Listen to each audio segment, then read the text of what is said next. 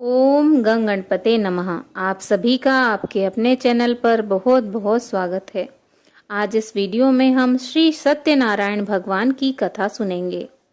एक समय की बात है, नैमिषारण्य के तीर्थ में सौनकादिक 88,000 ऋषियों ने श्री सूत जी से पूछा, हे प्रभु, इस कलयुग में वेद विद्या रहित मनुष्यों को प्रभु भक्ति किस प्रकार मिल सकती है तथा उनका उद्धार कैसे होगा।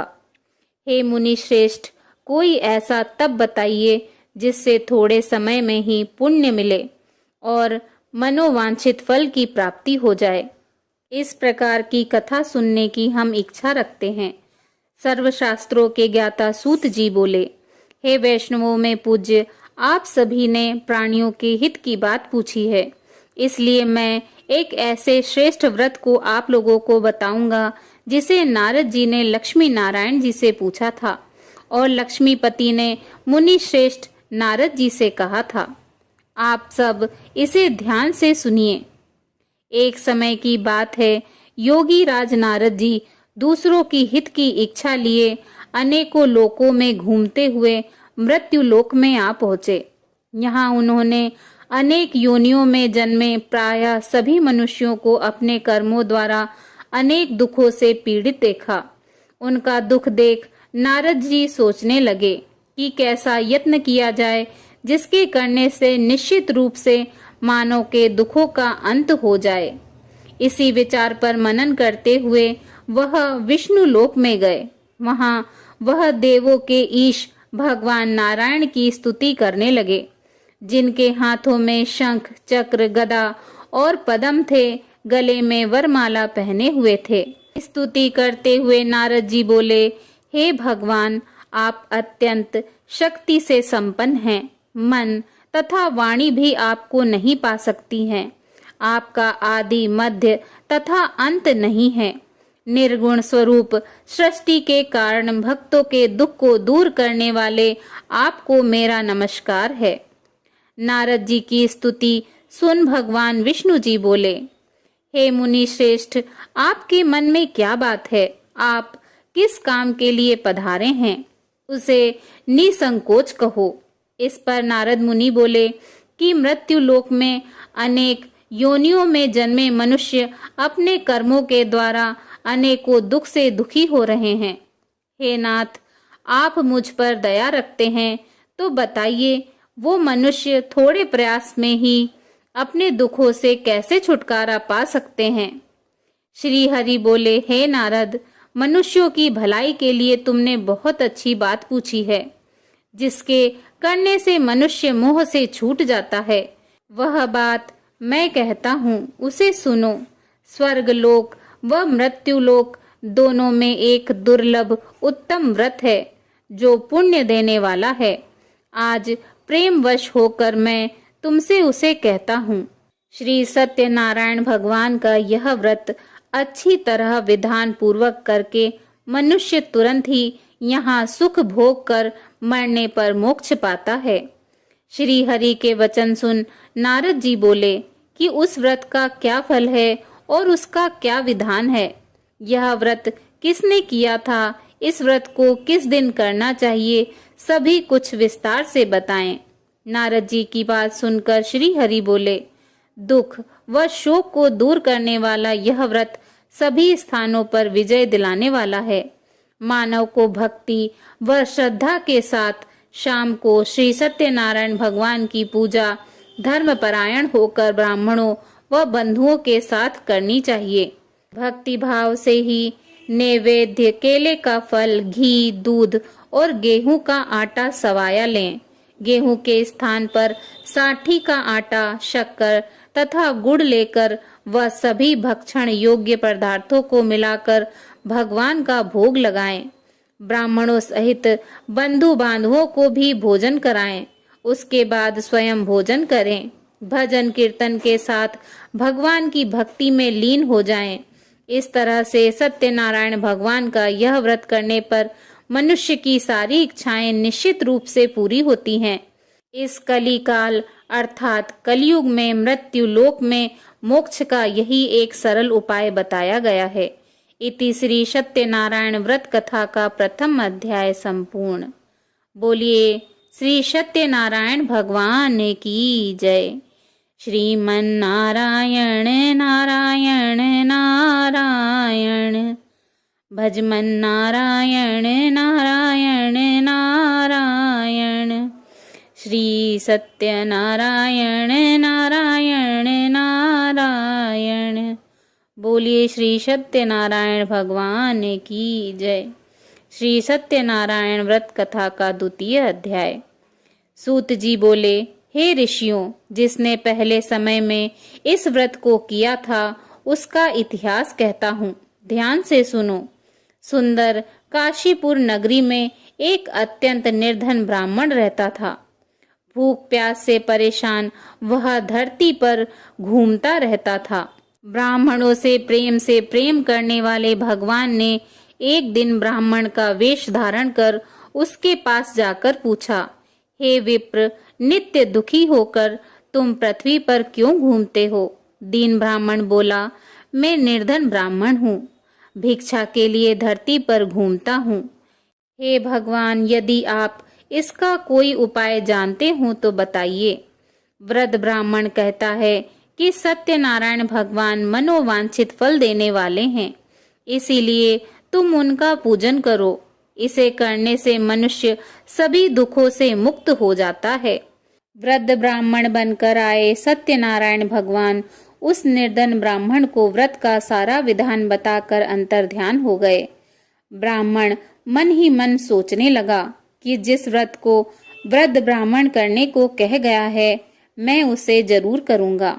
यह निश्चय करने के बाद उसे रात में नींद नहीं आई। वह सवेरे उठकर सत्यनारायण भगवान के व्रत का निश्चय कर भिक्षा के लिए चला गया। उस दिन निर्धन ब्राह्मण को भिक्षा में बहुत धन मिला, जिससे उसने बंधु बांधवों के साथ मिलकर श्री सत्यनारायण भगवान का व्रत संपन्न किया। भगवान सत्यनारायण का व्रत संपन्न करने के बाद वह निर्धन ब्राह्मण सभी दुखों से छूट गया और अनेक प्रकार की संपत्तियों से युक्त हो गया। उसी समय से यह ब्राह्मण हर माह इस व्रत को करने लगा। इस तरह से सत्यनारायण भगवान के व्रत को जो मनुष्य करेगा वह सभी प्रकार के पापों से छूटकर मोक्ष को प्राप्त होगा। जो मनुष्य इस व्रत को करेगा वह भी सभी दुखों से मुक्त हो जाएगा। सूत जी बोले कि इस तरह से नारद जी से नारायण जी का कहा हुआ श्री सत्यनारायण व्रत को मैंने तुमसे कहा है। हे विप्रो, मैं अब और क्या कहूँ? ऋषि बोले, हे मुनिवर, संसार में उस विप्र से सुनकर और किस किसने इस व्रत को किया, हम सब इस बात को सुनना चाहते हैं। इसके लिए हमारे मन में श्रद्धा का भाव है। सूत जी बोले, हे मुनियों, जिसने इस व्रत को किया है वह सब सुनो। एक समय वही विप्र धन व ऐश्वर्य के अनुसार अपने बंधु बांधवों के साथ इस व्रत को करने को तैयार हुआ। उसी समय एक लकड़ी बेचने वाला बूढ़ा आदमी आया और लकड़ियां बाहर रखकर अंदर ब्राह्मण के घर में गया। प्यास से दुखी वह लकड़हारा उनको व्रत करते देख विप्र को नमस्कार कर पूछने लगा कि आप यह क्या कर रहे हैं तथा इसे करने से क्या फल मिलेगा, कृपया मुझे भी बताइए। ब्राह्मण ने कहा कि सब मनोकामनाओं को पूरा करने वाला यह सत्यनारायण भगवान का व्रत है। इनकी कृपा से ही मेरे घर में धन धान्य आदि की वृद्धि हुई है। विप्र से सत्यनारायण व्रत के बारे में जानकर लकड़हारा बहुत प्रसन्न हुआ। चरणामृत लेकर वह प्रसाद खाने के बाद वह अपने घर को गया। लकड़हारे ने अपने मन में संकल्प किया, आज लकड़ी बेचने से जो धन मिलेगा उसी से श्री सत्यनारायण भगवान का उत्तम व्रत करूंगा। मन में इस विचार को ले बूढ़ा आदमी सिर पर लकड़ियां रख उस नगर में बेचने गया जहां धनी लोग ज्यादा रहते थे। उस नगर में उसे अपनी लकड़ियों का दाम पहले से 4 गुना अधिक मिलता है। बूढ़ा प्रसन्नता के साथ दाम लेकर केले, शक्कर, घी, दूध, दही और गेहूं का आटा ले और सत्यनारायण भगवान की व्रत की अन्य सामग्रियां लेकर अपने घर गया। वहां उसने अपने बंधु बांधवों को बुलाकर विधि विधान से भगवान सत्यनारायण का पूजन व व्रत किया।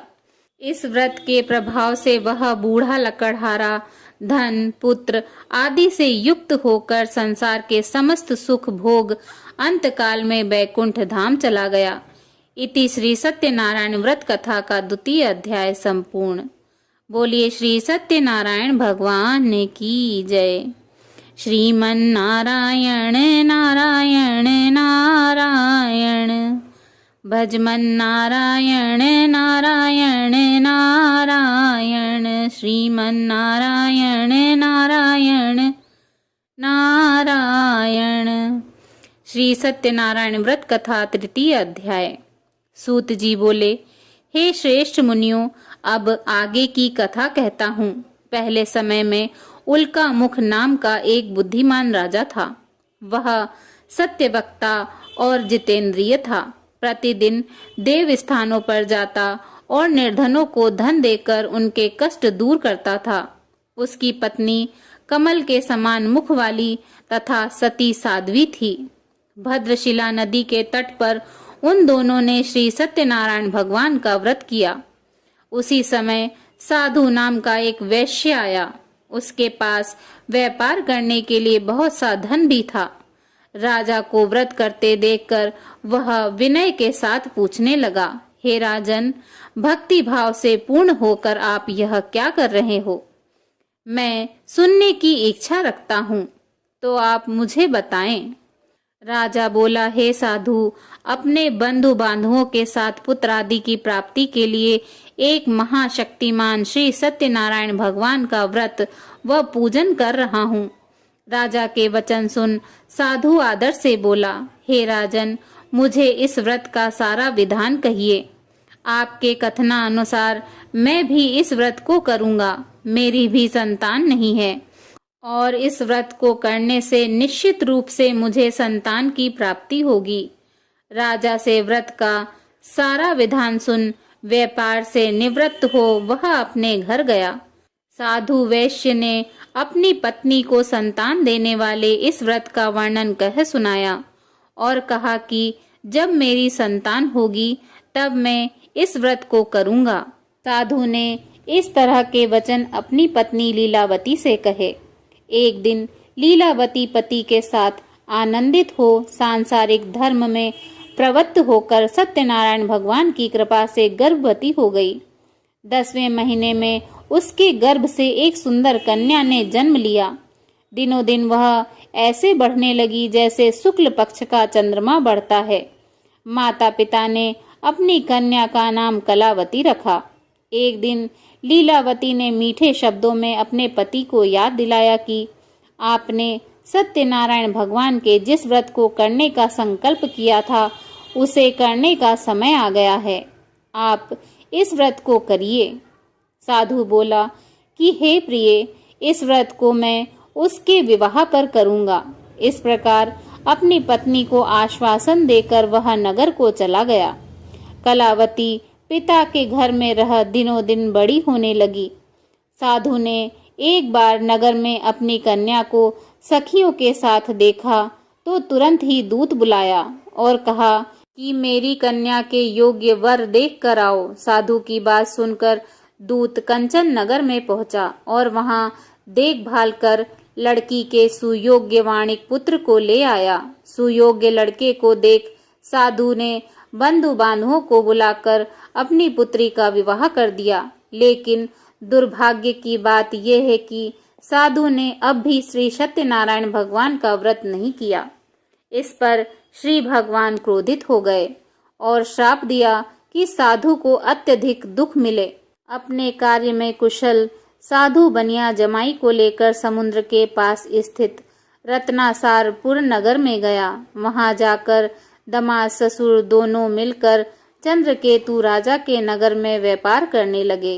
एक दिन भगवान सत्यनारायण की माया से एक चोर राजा का धन चुराकर भाग रहा था।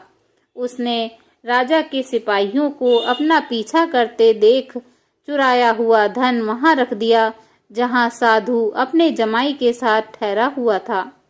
राजा के सिपाहियों ने साधु वेश्य के पास राजा का धन पड़ा देखा और वह ससुर जमाई दोनों को बांधकर प्रसन्नता के साथ राजा के पास ले आए और कहा कि उन दोनों चोरों को हम पकड़ लाए हैं, आप आगे की कार्यवाही की आज्ञा दें।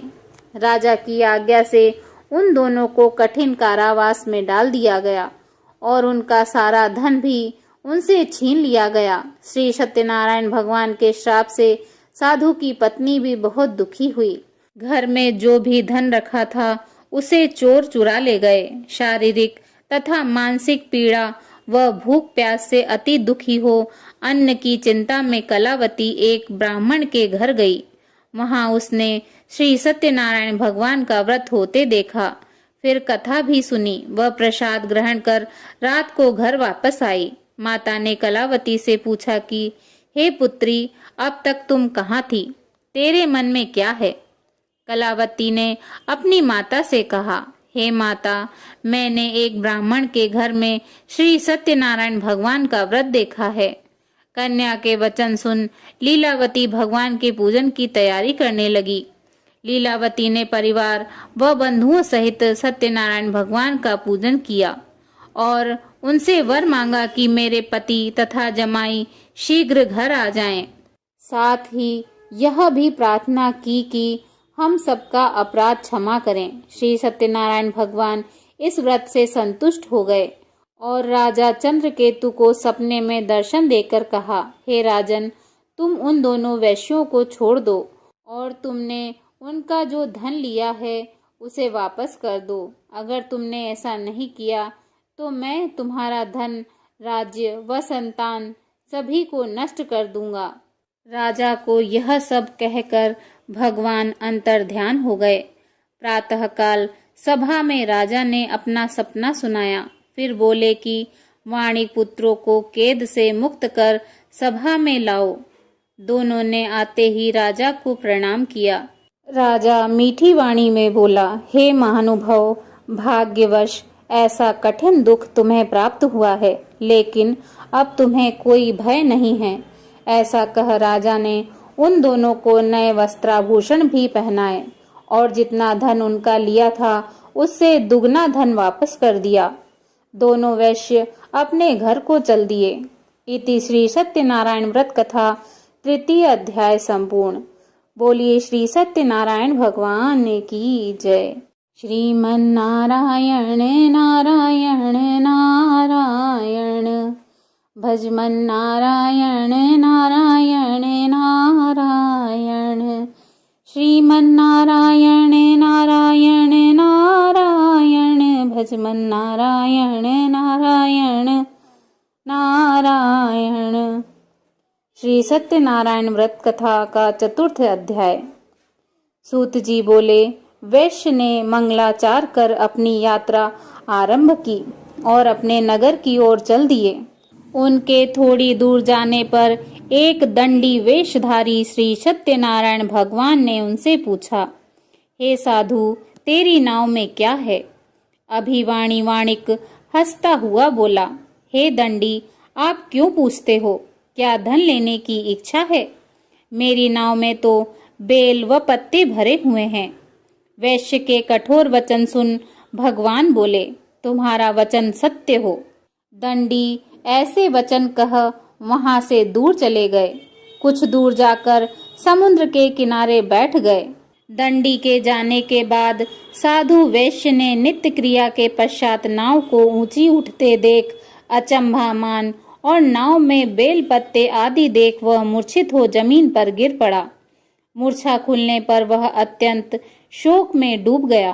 तब उसका दामाद बोला कि आप शोक न मनाएं, यह दंडी का श्राप है, इसीलिए हमें उनकी शरण में जाना चाहिए, तभी हमारी मनोकामना पूरी होगी।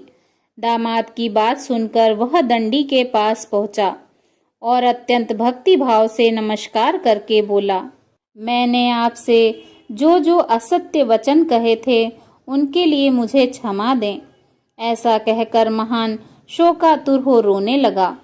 तब दंडी भगवान बोले, हे वाणिक पुत्र, मेरी आज्ञा से बार बार तुम्हें दुख प्राप्त हुआ है। तू मेरी पूजा से विमुख हुआ। साधु बोला, हे भगवान, आपकी माया से ब्रह्मा आदि देवता भी आपके रूप को नहीं जानते, तब मैं अज्ञानी कैसे जान सकता हूँ। आप प्रसन्न होइए। अब मैं सामर्थ्य के अनुसार आपकी पूजा करूँगा। मेरी रक्षा करें और पहले के समान नौका में धन भर दें। साधु वैश्य के भक्ति पूर्वक वचन सुनकर भगवान प्रसन्न हो गए और उसकी इच्छानुसार वरदान देकर अंतर्ध्यान हो गए। ससुर जमाई जब नाव पर आए तो नाव धन से भरी हुई थी। फिर वहीं अपने अन्य साथियों के साथ सत्यनारायण भगवान का पूजन कर अपने नगर को चल दिए। जब नगर के नजदीक पहुंचे तो दूत को घर पर खबर करने के लिए भेज दिया। दूत साधु की पत्नी को प्रणाम कर कहता है कि मालिक अपने दामाद सहित नगर के निकट आ गए हैं। दूत की बात सुन साधु की पत्नी लीलावती ने बड़े हर्ष के साथ श्री सत्यनारायण भगवान का पूजन कर अपनी पुत्री कलावती से कहा कि मैं अपने पति के दर्शन को जाती हूँ, तू कार्य पूर्ण कर शीघ्र आ जा। माता के ऐसे वचन सुन कलावती जल्दी से प्रसाद छोड़ अपने पति के पास चली गई। प्रसाद की अवज्ञा के कारण श्री सत्यनारायण भगवान रुष्ट हो गए और नाव सहित उसके पति को पानी में डुबो दिया। कलावती अपने पति को वहां न पाकर रोती हुई जमीन पर गिर गई। नौका को डूबा हुआ देख वह कन्या को रोता देख साधु दुखी होकर बोला कि हे प्रभु, मुझसे तथा मेरे परिवार से जो भूल हुई है उसे क्षमा करें। साधु के दीन वचन सुनकर श्री सत्यनारायण भगवान प्रसन्न हो गए और आकाशवाणी हुई, हे साधु, तेरी कन्या मेरे प्रसाद को छोड़ कर आई है, इसीलिए उसका पति अदृश्य हो गया है। यदि वह घर जाकर प्रसाद खाकर लौटती है तो इसे इसका पति अवश्य मिलेगा। ऐसी आकाशवाणी सुन कलावती घर पहुंचकर प्रसाद ग्रहण करती है और फिर आकर अपने पति के दर्शन करती है। उसके बाद साधु अपने बंधु बांधवों सहित श्री सत्यनारायण भगवान का विधि विधान से पूजन करता है तथा इस लोक में सभी सुखों को भोग कर अंत में स्वर्ग को जाता है। इति श्री सत्यनारायण व्रत कथा का 4th अध्याय संपूर्ण। श्रीमन्नारायण नारायण नारायण, भजमन नारायण नारायण नारायण, श्रीमन्नारायण नारायण नारायण, भजमन नारायण नारायण नारायण। श्री सत्यनारायण व्रत कथा का 5th अध्याय। सूत जी बोले, हे ऋषियों, मैं और भी एक कथा सुनाता हूँ, उसे भी ध्यान पूर्वक सुनो। प्रजापालन में लीन तुंगध्वज नाम का एक राजा था। उसने भी भगवान का प्रसाद त्याग कर बहुत ही दुखों को प्राप्त किया। एक बार वन में जाकर वन्य पशुओं को मारकर वह बड़ के पेड़ के नीचे आया। वहां उसने ग्वालों को भक्ति भाव से अपने बंधुओं सहित श्री सत्यनारायण भगवान का पूजन करते देखा। अभिमानवश राजा उन्हें देखकर भी पूजा स्थान में नहीं गया और ना ही उसने भगवान को नमस्कार किया। ग्वालों ने राजा को प्रसाद दिया, लेकिन उसने वह प्रसाद नहीं खाया और प्रसाद को ही छोड़कर अपने नगर को चला गया। जब वह नगर में पहुंचा तो वहां सब कुछ तहस नहस हुआ पाया, तो वह शीघ्र ही समझ गया कि यह सब भगवान ने ही किया है। वह दोबारा ग्वालों के पास पहुंचा और विधि पूर्वक पूजा करके प्रसाद खाया तो श्री सत्यनारायण भगवान की कृपा से सब कुछ पहले जैसा हो गया। दीर्घ काल तक सुख भोगने के बाद मरणोपरांत उसे स्वर्गलोक की प्राप्ति हुई। जो मनुष्य परम दुर्लभ इस व्रत को करेगा तो भगवान श्री सत्यनारायण की अनुकंपा से उसे धन्य धान्य की प्राप्ति होगी। निर्धन धनी हो जाता है और भय मुक्त हो जीवन जीता है। संतानहीन मनुष्य को संतान सुख मिलता है और सारे मनोरथ पूर्ण होने पर मानव अंतकाल में वैकुंठ धाम को जाता है। सूत जी बोले, जिन्होंने पहले इस व्रत को किया, अब उनके दूसरे जन्म की कथा कहता हूँ। वृद्ध सतानंद ब्राह्मण ने सुदामा का जन्म लेकर मोक्ष की प्राप्ति की। लकड़हारे ने अगले जन्म में निषाद बनकर मोक्ष प्राप्त किया। उल्कामुख नाम के राजा दशरथ होकर बैकुंठ को गए। साधु नाम के वैश्य ने मोर ध्वज बनकर अपने पुत्र को आरे से चीरकर मोक्ष पाया। महाराज तुंग ध्वज ने स्वयंभू होकर भगवान में भक्ति युक्त हो कर्म कर मोक्ष पाया। इति श्री सत्यनारायण व्रत कथा का 5वां अध्याय संपूर्ण। बोलिए श्री सत्यनारायण भगवान की जय। श्रीमन्नारायण नारायण नारायण, भजमन नारायण नारायण नारायण, श्रीमन्नारायण नारायण नारायण, श्रीमन्नारायण नारायण नारायण। श्री सत्यनारायण भगवान की आरती। ओम जय लक्ष्मी रमणा, स्वामी जय लक्ष्मी रमणा। श्री सत्यनारायण स्वामी, श्री सत्यनारायण स्वामी, जनपातक हरणा। ओम जय लक्ष्मी रमणा। रत्न जड़ित सिंहासन, अद्भुत छवि राजे, स्वामी अद्भुत छवि राजे। नारद करत निरंजन, नारद करत निरंजन, घंटा ध्वनि बाजे। ओम जय लक्ष्मी रमणा। प्रकट भये कली कारण, द्विज को दर्श दियो, स्वामी द्विज को दर्श दियो। बूढ़ो ब्राह्मण बनकर, बूढ़ो ब्राह्मण बनकर, कंचन महल कियो। ओम जय लक्ष्मी रमणा। दुर्बल भील कठोरा, जिन पर कृपा करी, स्वामी जिन पर कृपा करी। चंद्रचूर्ण एक राजा, स्वामी चंद्रचूर्ण एक राजा, तिनकी विपत्ति हरी। ओम जय लक्ष्मी रमणा। वैश्य मनोरथ पायो, श्रद्धा तज दीनी, स्वामी श्रद्धा तज दीनी।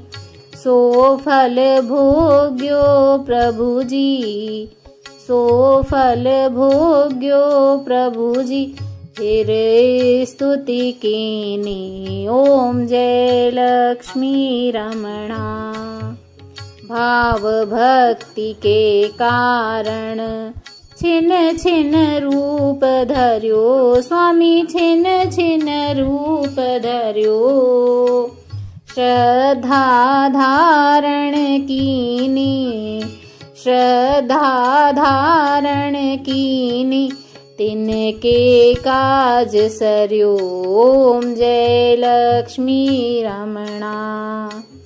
ग्वाल बाल संग राजा, वन में भक्ति करी, स्वामी वन में भक्ति करी। मन वांछित फल दीनो, मन वांछित फल दीनो, दीन दयाल हरि। ओम जय लक्ष्मी रमणा। चढ़त प्रसाद सवायो, कदली फल मेवा, स्वामी कदली फल मेवा। धूप दीप तुलसी से, धूप दीप तुलसी से, राजी सत्यदेवा। ओम जय लक्ष्मी रमणा। श्री सत्यनारायण जी की आरती जो कोई नर गावे, स्वामी जो कोई नर गावे। रिद्धि सिद्धि सुख संपत्ति, रिद्धि सिद्धि सुख संपत्ति सहज रूप पावे। ओम जय लक्ष्मी रमणा। ओम जय लक्ष्मी रमणा। स्वामी जय लक्ष्मी रमणा। श्री सत्यनारायण स्वामी, श्री सत्यनारायण स्वामी जन पातक हरणा। ओम जय लक्ष्मी रमणा। बोलो श्री सत्यनारायण भगवान की जय। ओम नमो भगवते वासुदेवाय नमः।